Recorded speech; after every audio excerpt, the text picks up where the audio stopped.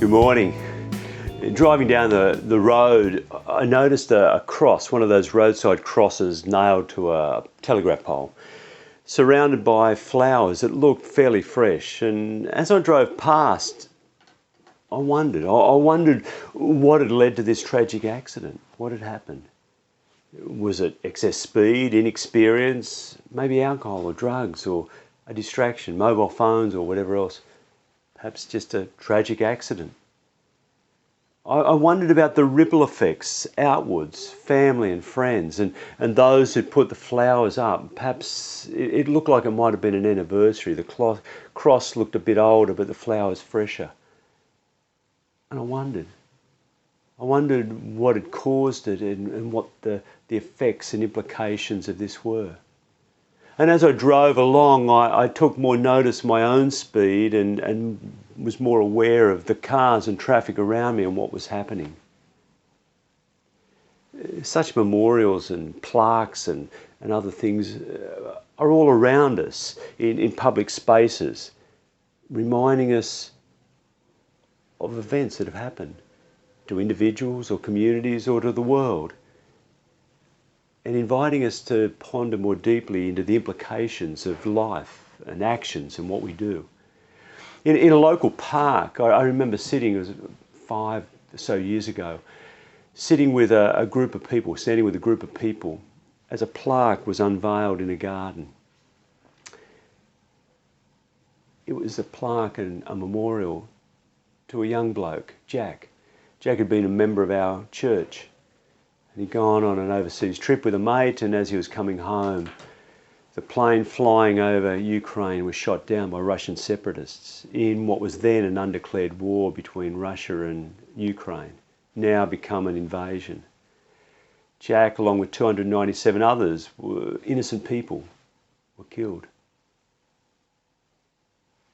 And the plaque written by his family, the words written by his family, briefly tell his story, something of who he was, growing up in this community, playing in this football team, coming back from his trip to join in the new season, of going to school and doing other activities in this community.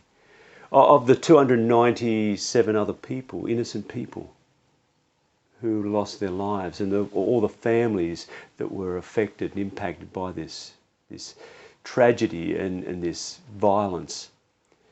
And it invites us to reflect on our lives and our world and who we are in the world and our choices and decisions and how we participate. And it ends with a little quote from Martin Luther King Jr., something about darkness can't drive out darkness, only light can. Hate can't overcome hate, only love can. And inviting us into a different way.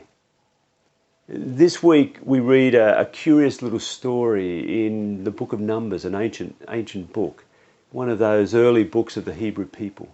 And it tells the story after they've been liberated from slavery in Egypt, gathered at the mountain, received the 10 Commandments, this new way of being people under God, a way of being in relationship with each other and with God, of showing a different way in the world and of being a different voice, a different light in the world. Numbers tells the story of them wandering, of this transformation process, of this growing into this new people and the struggle and the challenges, the steps forward and backward it takes. And in this little story, it says that God allows snakes into the camp, into the midst of the people. And the snakes bite the people and some die, many die. And so they approach Moses and say, "What's going on? Talk to God and save us." So Moses has a chat with God, and God says, "Moses, I want you to create a bronze snake and put it on a tall post in the middle of the camp where people can see it. And tell them that when they're bitten by a snake, to look up at this bronze snake, and that's the path of healing." And so it was. A cute, quaint, interesting, confusing story. Until we remember and recognise that the snake is there in an earlier story, in early parts of Genesis, where the first humans are in the garden and they're told they can eat of all the fruit of the garden, the trees, except the fruit of the tree of knowledge of good and evil. And that's where the snake enters and says, well, why won't you eat that fruit? Look at it. And they say, well, we're not allowed to. God said. And the snake says, don't worry about that. God knows that if you eat of that fruit, you will be like God. You will know like God. You will be like God. And I guess that's the heart of temptation and seduction. To be gods in our own right. To accumulate, to possess, to own, to dominate, to control. But without the wisdom and the deep love that's required. And so in this little story from Numbers, the snakes are the voices of temptation and seduction, leading the people away from the path of life that they've been given, away from the path of relationships, of love, of integrity, of treating each other with respect and dignity and not killing or stealing.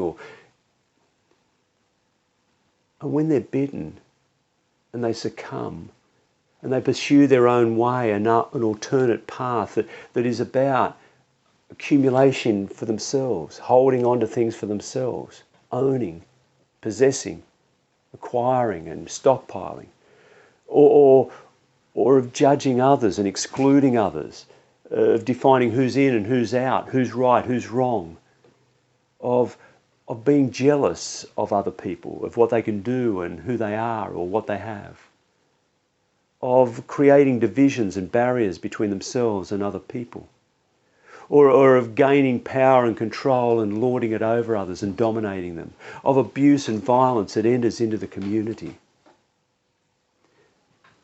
And when they look at the snake on the pole, the bronze snake, they've got to look into their own poison, to look into what they're doing and to see that maybe their way, this other way, this seductive way is not right. It offers a path of healing to return to what they've been given and what is true. And in a little story, in John's story of Jesus this week, Jesus refers to this story. And he says to a religious leader who's asking questions, who comes in his own darkness seeking light. And he asks questions about life and being. And Jesus says, in the same way that the serpent was lifted up into the sky and offered a path of healing, so I will be lifted up. My body will be lifted up on a cross. And if you look at me, if you look into the face of innocence, in the face of love, if you look into my being, you'll see the possibility of another way, the way of love. When we look at the cross, we see the implications of violence and suffering and death. When people are jealous, when people use power abusively, when people seek to control, when people are afraid of love, when they're afraid of letting go, and when they use power to control and dominate, love is killed. But when we look into that innocent, vulnerable face of love, we're offered a different way, a way of healing and a way of life for our own lives and for our world. And we're invited to walk into a different way, the way of Jesus, the way that was about life for all people, a way that broke through barriers and embraced the disenfranchised and the marginalised and the cast out, brought people into an inclusive community of love and life. And we have the chance to choose. Just like when I see that roadside cross, I look down at my Speedo, when I looked around me and became more aware of what I was doing and my responsibility on the road.